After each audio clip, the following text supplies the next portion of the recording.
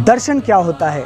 बचपन में मेरे लिए सिर्फ दर्शन के यही मायने थे कि हम मंदिर जाएं, मंदिर की घंटी बजाएं और भगवान के सामने, अपने आराध्य के सामने बैठकर उनको निहारते रहें। लेकिन जैसे जैसे मेरी उम्र बढ़ी, मुझे दर्शन के कुछ अलग मायने समझ में आने लगे। जब मैं दूसरी क्लास में था तो मेरे पापा ने मुझे रेलवे स्टेशन से एक किताब खरीद कर दी। उस किताब का नाम था आओ हम बने सच्चे और अच्छे।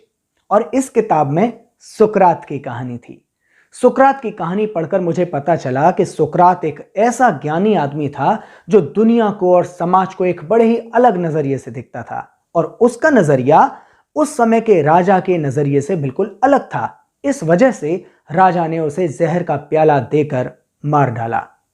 उस समय मेरी उम्र बहुत कम थी, मैं बहुत छोटा था, इसलिए मैं हर बात को बहुत डिटेल में जाकर नहीं समझ पाता था। लेकिन एक बात मुझे अच्छी तरीके से याद हो गई, और वो ये कि सुकरात यूनान का एक दार्शनिक था। आगे जाकर मुझे कुछ और भी दार्शनिकों के नाम पता चले, जैसे कि अरस्तु, जैसे कि महात्मा बुद्ध, जैसे कि कपिल मुनि और शंकराचार्य। धीमे धीमे मुझे समझ में आने लगा कि दार्शनिक ऐसे महान ज्ञानी लोग होते हैं जो दुनिया को कुछ अलग ही नजर से देखते हैं।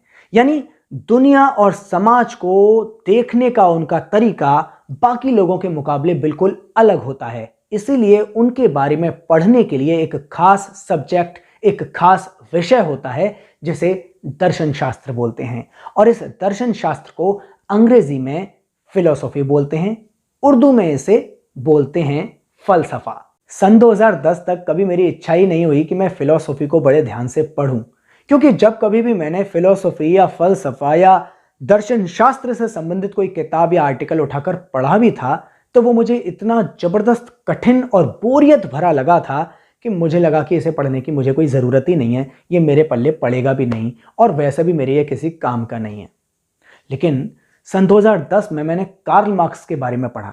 मैंने पढ़ा कार्ल मार्क्स का एक कोटेशन, और इस कोटेशन में उन्होंने कहा था कि अब तक दुनिया भर के दार्शनिकों ने दुनिया की, समाज की अलग अलग तरीके से व्याख्या की है, लेकिन सवाल तो इस दुनिया को बदलने का है।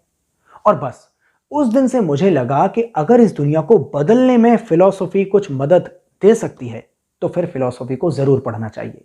इसलिए मैंने कार्ल मार्क्स के बारे में, एंगल्स के बारे में, हीगल के बारे में थोड़ा बहुत पढ़ने की कोशिश की।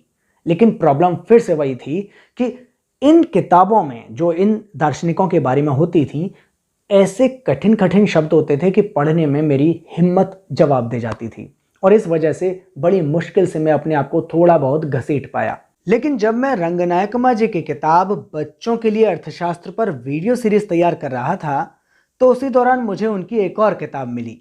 ये किताब फिलॉसफी पर है, और इस किताब में बड़े ही सरल तरीके से फिलॉसफी के बारे में बताया गया है।